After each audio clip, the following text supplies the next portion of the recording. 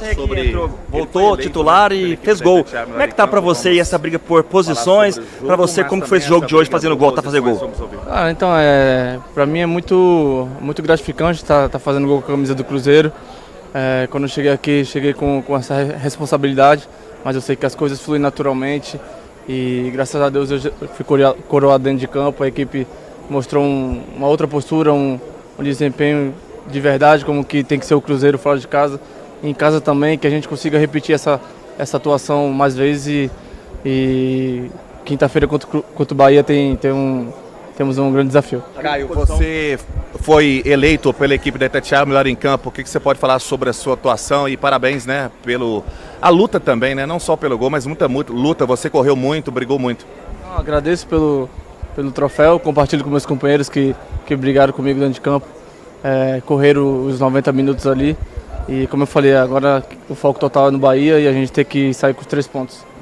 Caio, como que foi a conversa aí para essas mudanças, né? O que o Jardim pediu? Você falou aí, um time competindo, né? Brigando o tempo inteiro, não desanimou depois que levou o gol, você foi lá e buscou o empate. Como que foi tudo aí que antecedeu esse jogo importante aqui?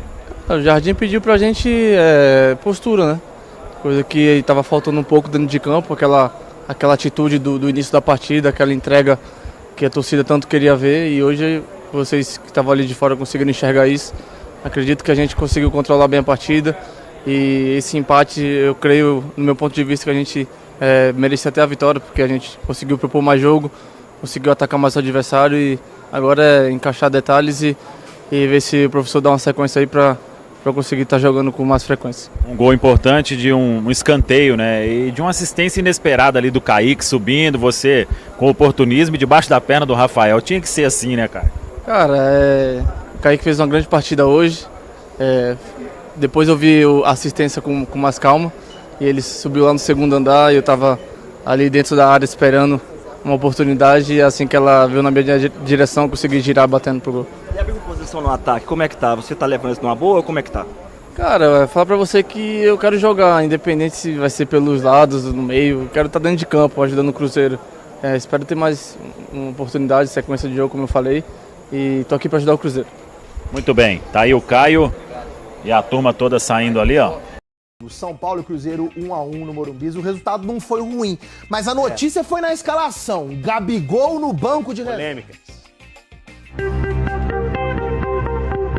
Repara nesse detalhe que eu vou te mostrar.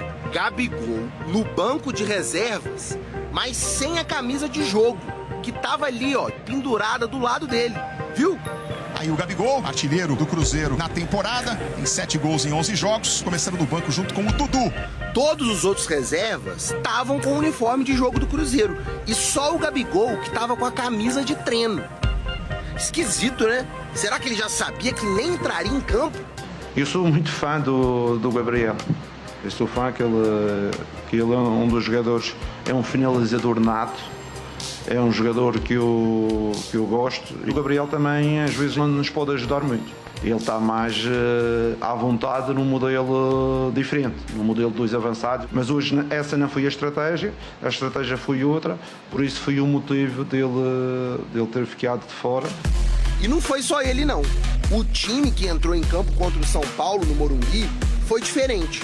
É um Cruzeiro surpreendente, com 7 mudanças em relação ao último jogo e com Gabigol, Dudu e William no banco de reservas. Fagner no lugar do William na lateral direita, Vidalba e Kaique do lado esquerdo da defesa. Lucas Silva e Christian no meio do campo e Wanderson e Caio Jorge no ataque. Os jogadores tiveram uma atitude dentro de campo que fizeram aquilo que eu acredito que os profissionais devem fazer. Caio Jorge puxou pro meio, desvio no canto, cata o goleiro. Christian chegou desviando. E o Gabigol lá, ó, de espectador, viu do banco o Luciano assustar o Cássio. Clareou na entrada da área, bateu no canto pra fora. Volta do intervalo e o Gabigol seguiu lá no banco, com a camisa de jogo na mão. Eu observei muito também durante o primeiro tempo o Gabigol e o Dudu aqui no banco de reservas. Eles ficaram mais calados, conversaram em alguns momentos, mas é bem possível que especialmente o Dudu entre no segundo tempo. Mesmo com um time bastante desfalcado, sem Arboleda, Lucas Moura, Oscar e Caleri, o São Paulo abriu o placar com o Ferreirinha. O Ferreira na segunda trave sobe, dá bola noite pro Cássio, bota no fundo do gol! O gol de empate quase saiu com um zagueiro que mostrou habilidade de atacante. Vidalba no toque na trave! E enquanto o Dudu se preparava para entrar, o Cruzeiro chegou ao gol de empate com o substituto do Gabigol. Caio Jorge! Gol! Primeiro gol dele na temporada. Tem mais essa entrega dentro de campo, esse espírito que o Cruzeiro precisa. O Caio Jorge saiu de campo 12 minutos depois do gol, para a entrada do Lautaro. Marquinhos e Eduardo também entraram em campo. E o Gabigol lá, só olhando. E vai ficar ali até o final do jogo, porque o Cruzeiro chega à sua quinta substituição. E foi sem o Gabigol que o Cruzeiro conquistou um ponto importante diante do São Paulo, fora de casa. Pois é, Henrique, Dudu e Gabigol começando no banco. Acertou, Jardim? Acho que acertou, o time conseguiu competir muito melhor sem esses dois jogadores. Eu acho que o Dudu pagou uma conta cara, assim, eu não acho que ele estava jogando tão bem, tão mal. Acho que ele poderia ter se mantido no time. Ele optou por manter o Wanderson como esse ponta mais ativo. Mas o Gabigol é um cara que é mais adequado para jogos que o time tem mais volume de jogo e a bola chega mais na área. Não foi o caso do jogo de ontem. Jardim falou que não abre mão de suas convicções e que pode nem ser o técnico ideal para o Cruzeiro. Escuta só. É assim, eu às vezes começo a questionar se eu sou a pessoa certa, não é? Porque eu tenho um modelo, eu tenho um perfil. E toda a gente me conhece como treinador. E às vezes tenho dificuldade de perceber se o meu perfil é o adequado para ter um modelo diferente. Tenho 30 anos de futebol e dificilmente eu vou mudar aquilo que ando a trabalhar e a desenvolver durante a minha vida. Eita! Isso que não quer mudar, mas mudou um pouquinho a cara do time, botou mais força no meio campo. Sobre essas convicções, o que o Caio Jorge tem, por exemplo, que o Gabigol não tem? Eu acho que ele tem uma capacidade de recomposição muito interessante. Olha esse lance, ó. O São Paulo recuperou, o cruzamento foi errado. Olha onde ele tá. Lá na meia-lua da grande área, tá longe da bola, vai ter um passe no meio, olha só o ladrão, ó. Pum! Toquezinho na bola pro Cruzeiro recuperar. E o Gabigol não tem muito esse comportamento, né? Às vezes ele espera mais a bola, fica mais esperando a jogada. Quase teve pênalti pro Cruzeiro nesse lance ali.